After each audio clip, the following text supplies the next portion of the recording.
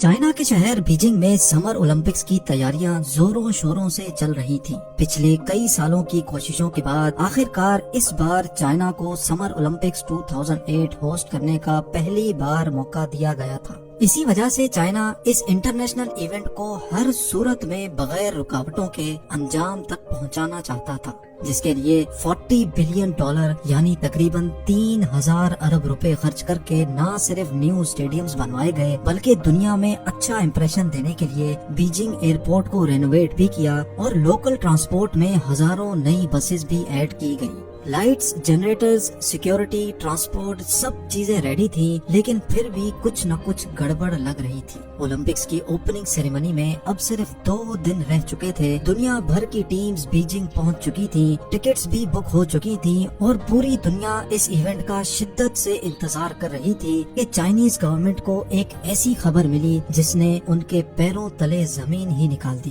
جی ہاں، China meteorological department نے Beijing میں طوفانی بارش کی فورکاسٹ جاری کر دی تھی، اور وہ بھی ٹھیک اولمپکس اوپننگ سیریمنی والے دن کی۔ بارش ہونے سے پہلے ہی ایڈمنسٹریٹرز پر یہ خبر بجلی بن کر گری، کیونکہ جس اسٹیڈیم میں یہ سیریمنی ہونا تھی وہ تھا بیجنگ نیشنل اسٹیڈیم، اور یہ اسٹیڈیم اوپن ایئر تھا۔ یعنی ایونٹ پر چائنیز گورنمنٹ کی سالوں کی محنت صرف 1 ہی گھنٹے کی بارش کی نظر ہونے والی تھی۔ اب ایونٹ میں صرف 1 دن رہ چکا تھا۔ سارے ایڈمنسٹریٹر سر جوڑ کر بیٹھے تھے کہ چائنیز گورنمنٹ نے ایک ایسا حل نکالا جس سے بارش بھی ہوگی لیکن اسٹیڈیم اور بیجنگ کی سڑک سے نمٹنے کے لیے چائنیز گورنمنٹ نے کلاؤڈ سیڈنگ نامی ٹیکنالوجی کا استعمال کیا، اور ایونٹ کے دن ہی جب گھنے بادل بیجنگ کی طرف بڑھ رہے تھے ان کو بیجنگ کے باہر ہی برسنے پر مجبور کر دیا، جس کی وجہ سے ایونٹ کے وقت آسمان بالکل صاف ہو چکا تھا۔ ناظرین، کلاؤڈ سیڈنگ ایک ایسی ٹیکنالوجی ہے جس کو استعمال کر کے دنیا کے کسی بھی حصے میں بارش لائی جا سکتی ہے۔ یہ ٹیکنالوجی کام کیسے کرتی ہے، کیسے اب انسان کے پاس یہ پاور آ گئی ہے کہ وہ کہیں بھی کسی بھی وقت بارش لا سکتا ہے، یہ جاننے کے لیے ضروری ہے کہ ہم پہلے یہ جانیں کہ بارش ہوتی کیسے ہے۔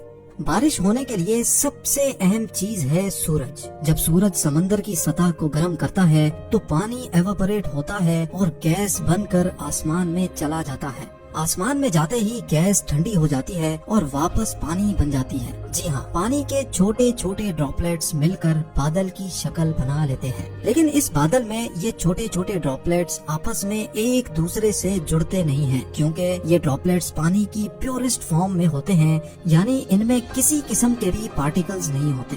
لیکن جیسے ہی ان ڈراپلیٹس کا سامنا مٹی کے ذرات یا دھوئیں کے پارٹیکل سے ہوتا ہے تو یہ ایک دوسرے سے مل کر بڑے ڈراپلیٹس بن جاتے ہیں اور ارتھ کی گریوٹی کی وجہ سے زمین پر گرنا شروع کر دیتے ہیں، جس کو ہم بارش کہتے ہیں۔ یہ تو تھا بارش کا بیسک فنکشن، لیکن کلاؤڈ سیڈنگ سے بارش کیسے ممکن بنائی جاتی ہے؟ کلاؤڈ سیڈنگ ٹیکنالوجی پہلی بار 1946 میں امریکن کیمسٹ ونسنٹ شوفر نے ڈیولپ کی تھی، جس میں سلور آیوڈائڈ نامی ایک کمپاؤنڈ کو آسمان میں بادلوں کے اوپر اسپرے کیا جاتا ہے، جو بادلوں میں ہی موجود چھوٹے چھوٹے ڈراپلیٹس کو ایک دوسرے سے ملنے پر مجبور کر دیتے ہیں، اور آخرکار یہ ڈراپلیٹس اتنے ہیوی ہو جاتے ہیں کہ وہ بارش بن کر زمین کی طرف گرنا شروع ہو جاتے ہیں۔ لیکن اس بارش کو صرف رین نہیں بلکہ آرٹیفیشل رین کہا جاتا ہے۔ 1967 میں یو ایس اور ویتنام کی وار کے دوران امریکہ نے ویتنام کو کلاؤڈ سیڈنگ کے ذریعے شکست دی تھی، لیکن سوال یہ ہے کہ آخر کیسے امریکہ نے اس ٹیکنالوجی کے ذریعے ویتنام کی آرمی کو کمزور کر دیا تھا؟